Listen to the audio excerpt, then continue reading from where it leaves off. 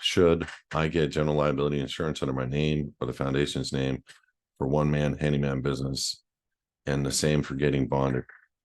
You know, Landon, I talk to people about this kind of stuff all the time. First, when you come out and you're private and you have a handyman business, people, they want to see these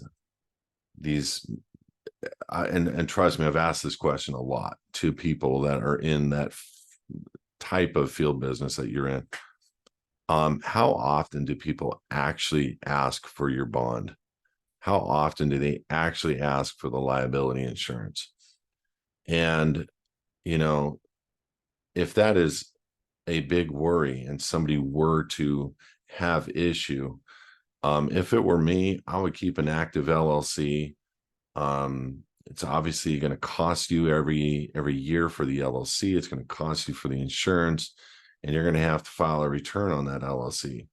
Obviously, you're not going to pay taxes because the amount of money coming through, it's not going to really matter because you're only going to be trying to appease one or two or three people to get that particular job. The reality is, there's all kinds of things that you can do on the private side, including, but not limited to, a bond that you can put up that looks very official and it's legit. It's just private. It's not public and it's not insurance. Number one. Number two, you can actually have them sign a contract directly to, and what I would call a private workers agreement. And you're taking the element of the jurisdiction out, and you're also taking out the element of them being able to sue you.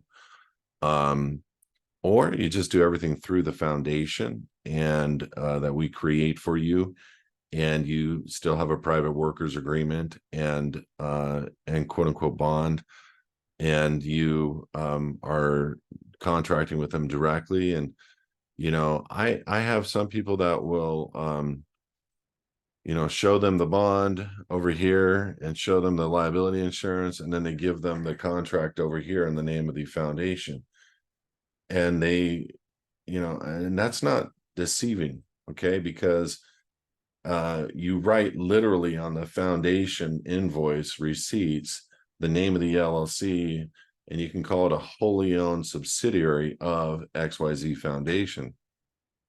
Now, and you just got to make sure the paper trail matches, but now they're making a check out to the foundation, and now you're not having that element of a public side potential disaster down the road, or a public side need for a filing of a tax return, or a public side anything.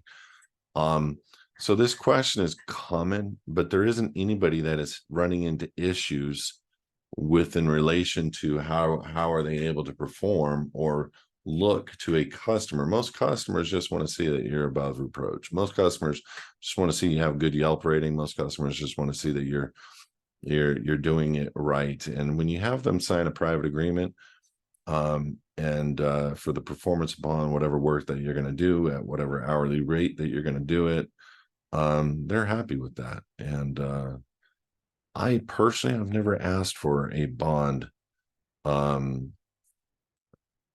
at all from anybody that I've done business with, because I'm not a suing kind of a guy, that's just me personally. But there's no negativity to not having a bond. There's no negativity for not having personal liability insurance, because when you're living in the private, there's no way that you're going to get sued. And if they were to figure that out, meaning where you live, how to process serve you, you're not operating anything in that name. So therefore you are 100% bulletproof from a standpoint of being asset protection.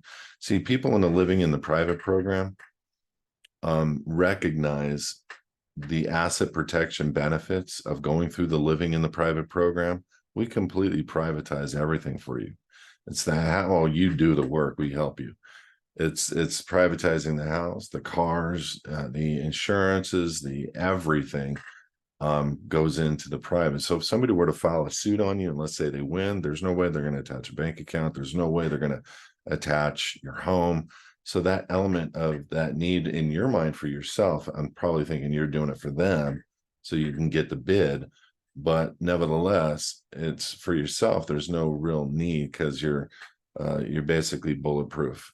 And I don't really ever talk about that component a whole lot, but asset protection, those guys out there teaching it using LLCs and these different structures, jokes, absolute jokes compared to this program.